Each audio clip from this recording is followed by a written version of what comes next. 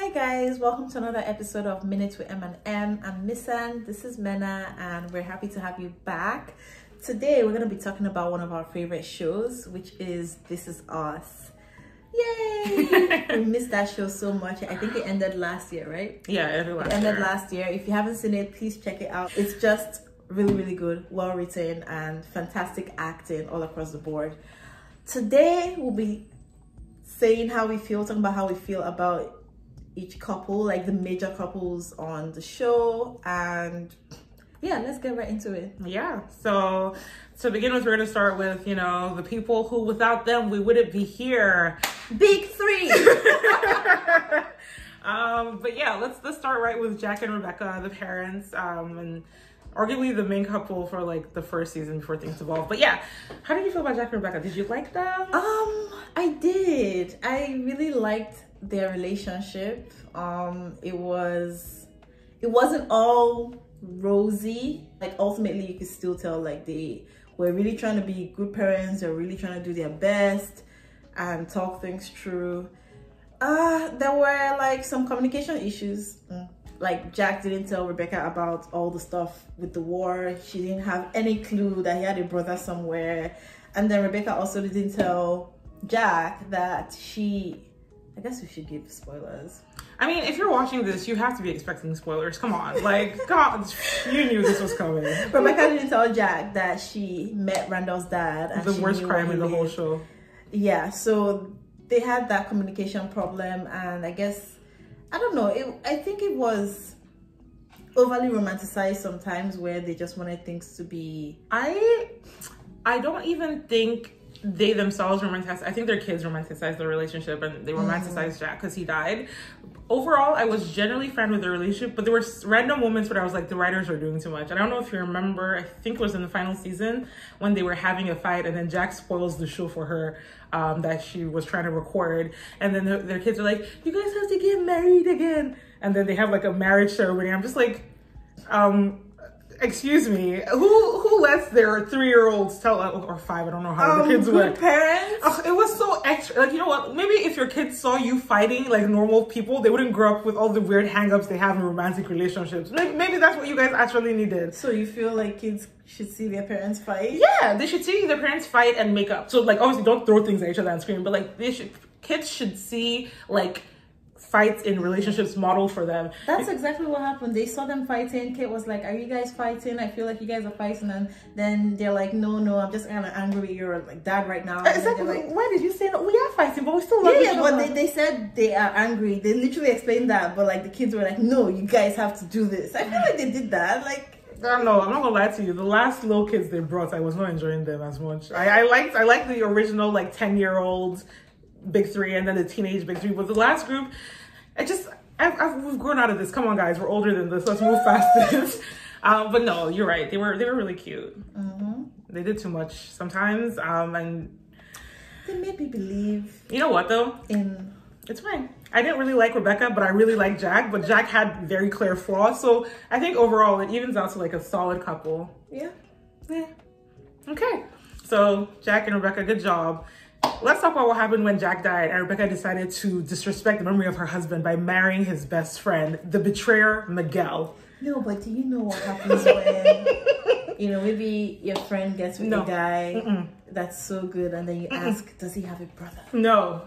That's, I mean, betrayal from the depths of hell. Like, just no. I know it's like Jack would be happy you're not alone. Jack loves you both so much. Yeah. No. Like, you know what? I feel like it might be a situation where they were both mourning someone that they knew, and so she felt a stronger connection with him because she did have other like suitors that were like on her, like that guy that she went on a speed date with and all that. But I guess with Miguel, he kind of was really their only support, which kind of was a big flaw because why don't you have other friends, outside of your marriage that can support you apart from your, Jack's best friend? It's because Rebecca kind of infantilized herself, which is why Randall was parentified, taking care of her, getting you a job. Like, I'm so sorry, losing your husband is hard. You have 3 children. Get your shit together.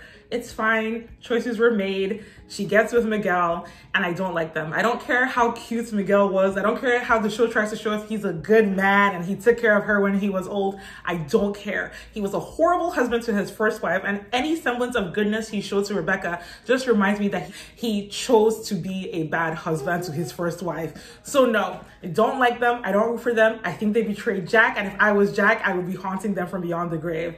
That's how I feel. Are you more open-minded than I am? I think I'm a little more open-minded. I don't think Miguel is a saint. I feel like he honestly was always very envious of Jack's family and Jack's relationship with Rebecca, and he couldn't replicate it with his own relationship, so he literally switched out his family for their family. And he's like, woe is me, I tried to connect to my family, I tried to connect to my son, he's not picking up my calls.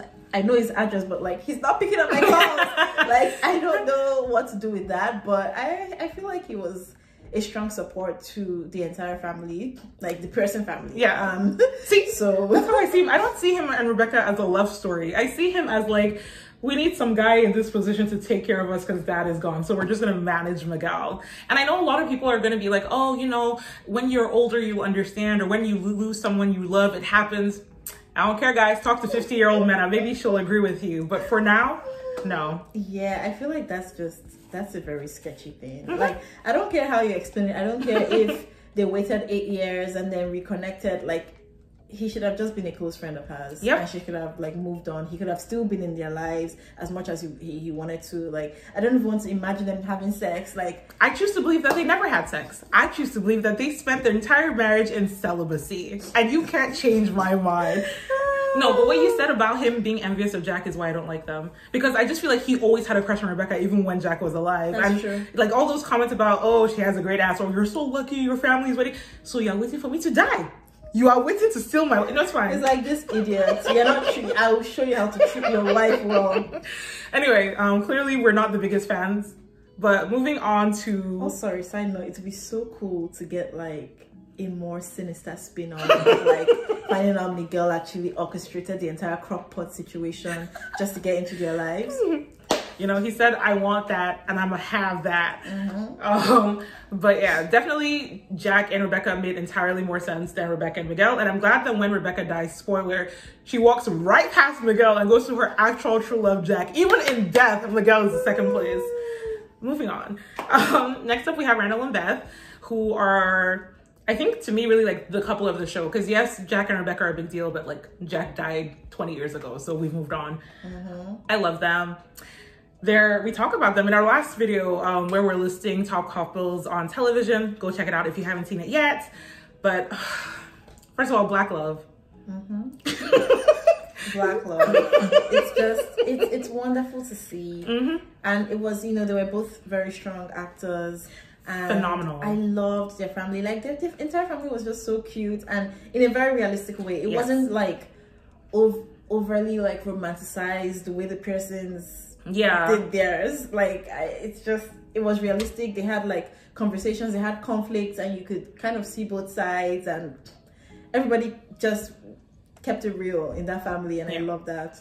And just like, obviously outside of the kind of insane things that happen in TV world, all of their conflicts made sense because it kind of stems down to like one thing. Randall wants to do too much and is too idealistic, and Beth loves her husband, but she also wants to feel like a whole person. And like every fight they had stemmed from that. Like there was never a situation that they got into a fight and I was just like, this seems out of character, and I will touch on that with some other couples we're going to talk about. But in terms of them, the season that people were like, are they going to get divorced? Literally for half the season, we're all like, no, you're not going to do this. Like, you can't make Beth and Randall break up. They were great parents, especially Beth. I need to shout out to her. I feel like whenever they had a crisis, she was always the one that was like, okay, we're upset, but how are we actually going to parent? And I love their relationship with Deja. And I know that's not necessarily a romantic thing, but the way they came together to like be parents and adopted child. So like Randall dealing with his stuff and Beth putting aside Randall's insanity to say, okay, yes, I'm going to love this child and raise this child. I love them so much. I love them so much. Yeah, I do. Okay. On to a more contentious couple. We have Katie. I was about to call her Katie girl. Katie girl. Kate and Toby. It's like Toby deserves better. So much better. That's all I'm gonna say. And I'm not trying to minimize that. There were definitely places where he could have said things better or like been more communicative, but like it really felt like Toby loved Kate more than Kate loved Toby. And it's very sad when the person who's loved less is the one that's also left behind, especially because their problems weren't insurmountable.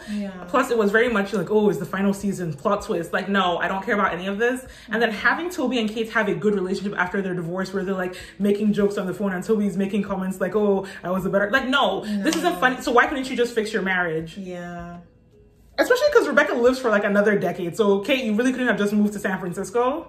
No, that's fine.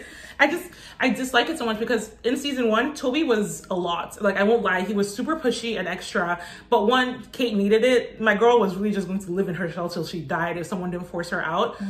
But 2, that's what Kate wanted. I feel like all of the Pearsons were trying to replicate their parents' love. So Randall was trying to be Jack. Kate was trying to marry Jack. And Toby was Jack. He might have looked physically different, but grand romantic gestures that I never asked for, that is literally Jack to a T.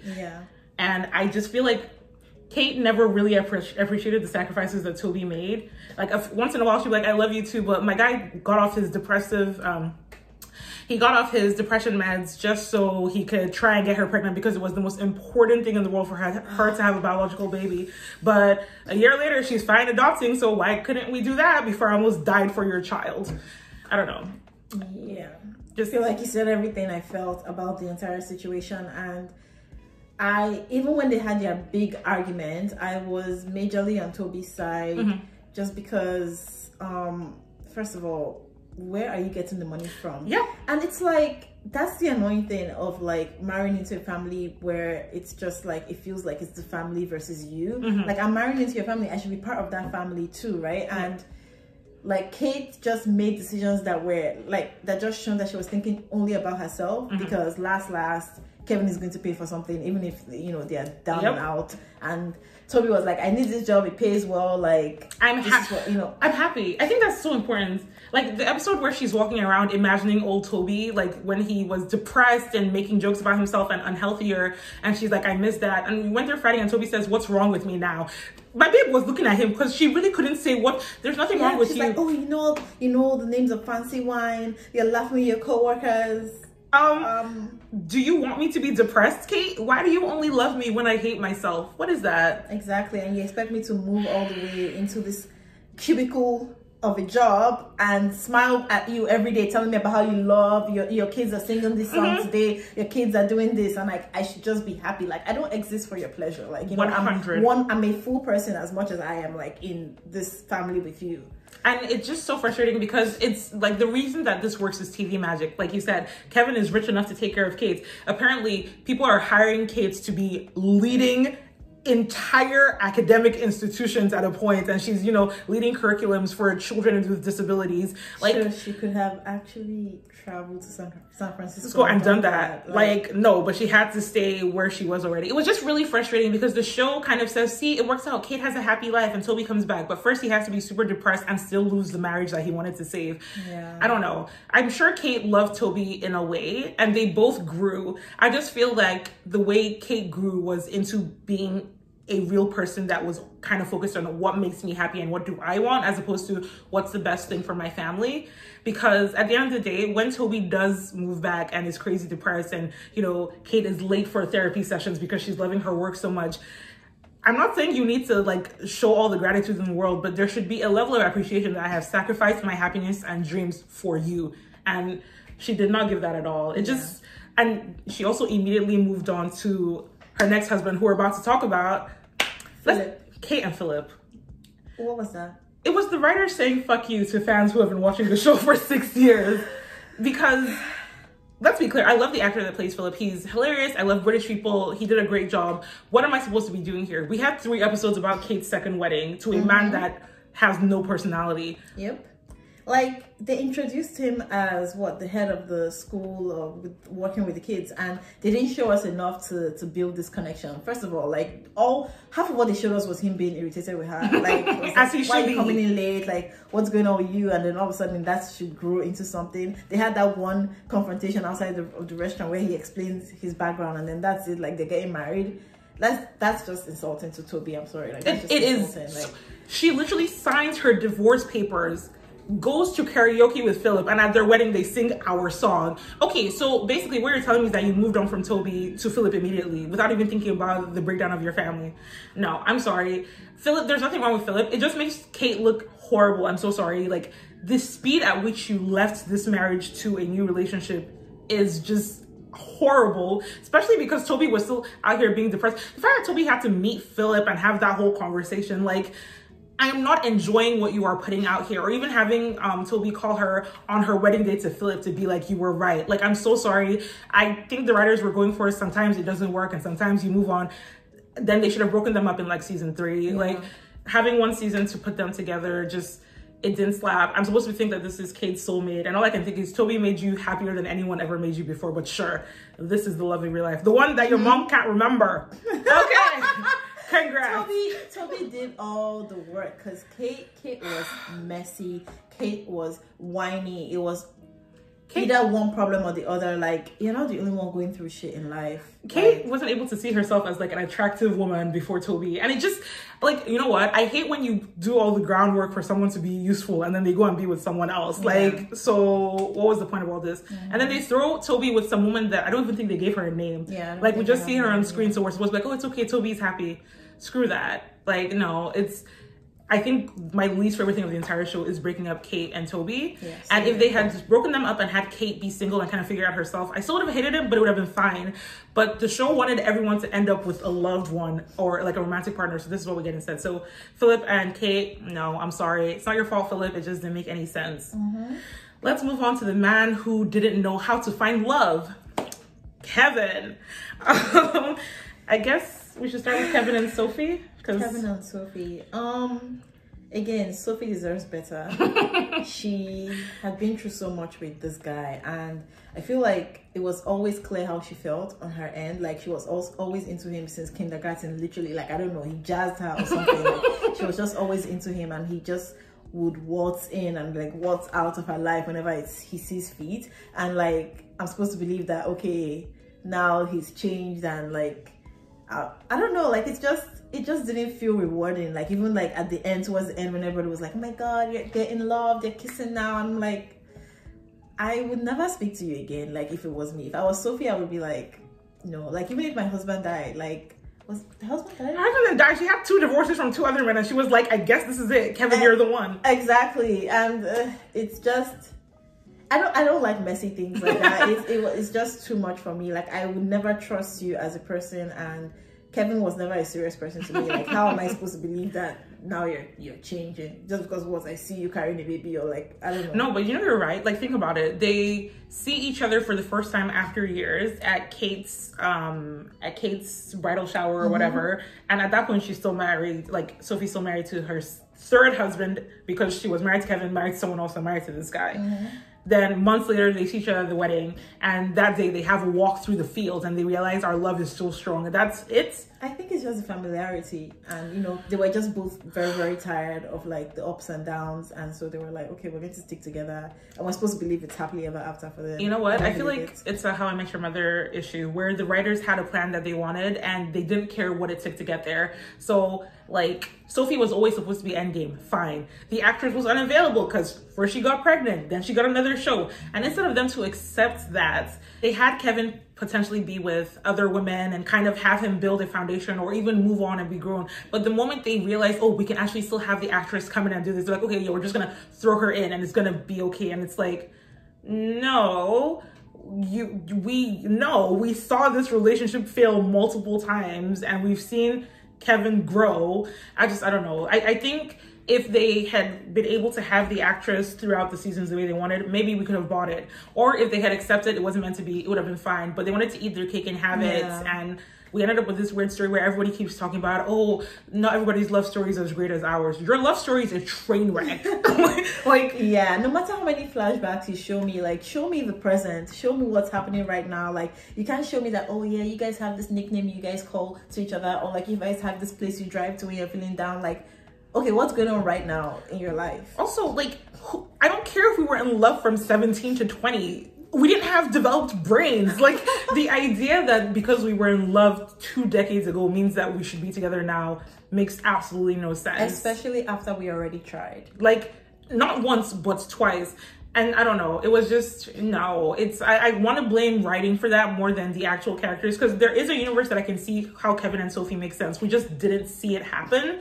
And like, there's so many questions. So Sophie's just fine being a stepmom to his 2 kids with Madison, who is his sister's new best friend. Like, is she okay with that dynamic? Especially when they all cohabit together and decide, like, there's just so many things that were skipped over to have a feel-good ending of, oh wow, family conquers all. So Sophie and Kevin fall in the middle for me, where I could see it, but the way it actually played out was not giving. But on the other hand, at least he didn't end up with Madison. Let's talk about Kevin and Madison, guys. What even was that? I have no idea, because like, why would you date your sister's best friend? Again. Because she didn't like it the first time. I don't care how drunk you were. Like, you know, the persons do this thing where like, you know, they're sad, they're having a day, especially when they do that, like each of them's episodes. I kind of love those. You know, like, I love those so much. But like, and then you can use it as an excuse to do whatever, and it doesn't matter the damage you're causing to the other person, because at the end of the day you have your siblings to lean on. No, fuck that. Like, you could have actually gone to a bar. Like, you are a famous celebrity, you can pick anyone up. It did not have to be Madison. It really didn't have to be Madison. And everything about that storyline is so weird. They have sex once, they don't have feelings for each other. She gets magically pregnant with twins, despite the fact that it was one time, and she does have an eating disorder, but whatever. She gets pregnant. They then date. We had no feelings for each other, but COVID hit. They had to cohabitate. Oh no, feelings have shown up. Kevin is a fine boy. He's a celebrity. You won't catch feelings? Well, if you catch feelings, you're already carrying his baby. Next thing, we're engaged. Why are we engaged, by the way? But fine, we're engaged. And we make it all the way to the wedding day. And I know the whole thing was supposed to be like, oh, Kevin didn't really love her. But again, this is the writers playing game, because they wanted to leave it open for Kevin to potentially actually realize that he was in love with Madison. And you see that a little bit in the final season. But what happens is we get to the wedding day and Madison's like, no, I'm sorry. Can't do it. You don't love me. I was so proud of her though, because like, I feel like they didn't really dig deep into her background, but she seemed like someone who would just accept crumbs when it comes to her romantic relationship. And being with someone who is Kevin, like, what more can you ask for? Like, in terms of like, just, you know, status, he's fine, he's rich, he's a celebrity, and she's telling herself like, okay, I have this child, he's here, like, maybe I should just marry him. But she knew deep down, like, Kevin wasn't really serious about her. Like, I really believe that she fell in love with him. Maybe hormones, I don't know, but like the thing is, this is my issue with how we talk about love. Is love doing, or is it feeling? Because okay, let's say Kevin didn't love her. I don't think he was ever going to cheat on her. I don't think he was going to leave her. I think he was going to... You don't think he would have cheated on her with Sophie if he saw Sophie? I don't think Sophie would have been with him if he was married to someone else. Really? Yeah. Like, even cheating? Yeah. Really? Yeah. What if he lied? How would she, like, you're coming to our wedding? Madison is here. This family car, they move in packs. He will never even be there. But I really do feel like Kevin can't cheat, Sha. No, I think he's capable of cheating. But I think where he was at the time that he committed to Madison was, I'm a grown-up now. We have kids together. I'm trying to... He tells himself that like every 3 months. No, but that was different. The kids thing really shook him. He was like, I'm a man now, like Jack. It's just, the point is, I don't think he was going to, like, because Madison even says it, like, you were actually going to marry me. You're not going to leave me. I don't think he was going to be a bad husband. He just wasn't going to love her. And again, that wasn't something that they were sure about. Maybe he would have grown to love her. We don't know that. No, yeah, but she felt like she deserved better. She deserves to be walking down the aisle to someone who actually loved her already. That's absolutely fine. I wish you had realized that before you decided that we were dating. I wish you had realized that before the day of the wedding. But you know, Kevin was really the one making this big, like, swooping gestures and, like, marry me and, like, do this, do that. And, like, at that point, like, you have some feelings. Like, what can you do? You can say no because you are a grown woman. Because the next season... Easier said than done. I don't know. I just feel like, in the final season, she did so many things that were, like, directly the antithesis of what Kevin wanted. So I'm like, oh, so you can actually do things he doesn't like. Why didn't you... Like, the whole, I want to go to Thanksgiving with the babies. Like, first of all, that's a horrible thing to do. That was her thing, though. She was a people pleaser. Like, that was her problem. So she's now overcorrected. I guess so. Sometimes it happens. People overcorrect. Whatever. I wasn't a fan of the relationship because it just didn't make sense to me. Are you guys in love or not? Like, why is Kate so chill with this, by the way? Kate should be furious at the fact that you are dating my best friend. Again, you got her pregnant once on accident with twins after it took me IVF and multiple rounds to get pregnant. Like, it's kind of crazy that it just worked out for you. But Kate was like in her Zen era. She was just like, I'm cool. I don't get mad. I'm a happy, cheerful person. Whatever. I didn't like the way it ended. And I didn't like that in the final season, they were playing with potentially having Madison be endgame. So they were doing things where it's like, okay, Kevin might actually commit to her. So it looks really wishy-washy when she ends up with the other guy whose name I'm not even going to bother to try and remember. But whatever. She gave Kevin kids. So his name is Elliot. Sorry, Elliot. But yeah, that was... Watch me be wrong. I hope your name is Elliot. But yeah, no, Kevin and Madison could have been a really fun source of drama for me, but it just drained me. I wasn't even watching like, ooh, tea. I was just like, oh, God, please let this be over with. I just knew it was a train wreck waiting to happen. So I was just anxious throughout. And it leads back to my thing. Like, oh, it's okay. It's all happy endings. She doesn't mind that you still got married to Sophie. Like, if I was engaged to someone who I thought was in love with someone else and then we didn't get married and then he ended up with that person and kept talking about how that was love of his life and they were always meant to be together, I'm going to take your kids and you'll never see them again because I might just a joke to you. No, but they're all living together on the ranch taking care of Rebecca. Sure. Okay. Moving on to a much briefer relationship, Kevin and Zoe. Why you do that? Why are you dating your sister-in-law's cousin sister? You see how weird that sentence sounds? Mm-hmm. I don't even know what... I think I really don't know what the point of that relationship was. Yeah, I don't know. Maybe it was for Kevin to realize how much he wanted a family.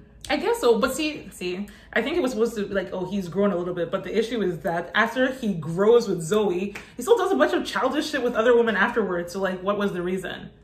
Growth isn't linear. Ugh. Healing isn't linear. Book me as your therapist.com. I'm screaming because also I just feel like Zoe was too smart to date Kevin. No shade to Kevin, but like even Beth was like, really? It did not make sense. And I feel like the whole family should have said no. Kevin isn't an airhead.